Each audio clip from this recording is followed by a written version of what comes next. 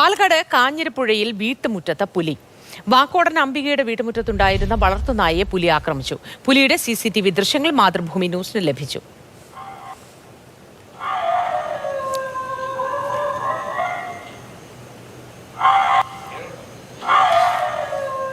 ഗോകുൽ വിവരങ്ങളുമായി ചേർന്നു. ഗോകുൽ, ഇതിനു മുൻപും ഇവിടെ ഇത്തരത്തിൽ പുലിയുടെ സാന്നിധ്യം പറഞ്ഞിട്ടുള്ള മേഖലയാണോ, അതോ ആദ്യമായിട്ടാണോ ഈ മേഖലയിലേക്ക് പുലിയുടെ സാന്നിധ്യം അവിടുത്തുകാർക്ക് മനസ്സിലാവുന്നത്? വിവരങ്ങൾ എന്തൊക്കെ?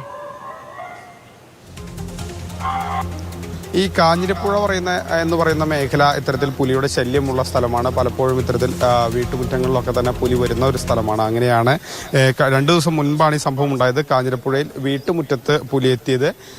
പക്ഷേ ഇതിനു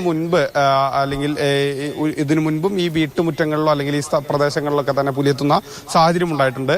ഇത് ഇന്നലെയാണ് ഇവർ CCTV പരിശോധിച്ചപ്പോഴാണ് ഈ പുലിയെ കണ്ടത്.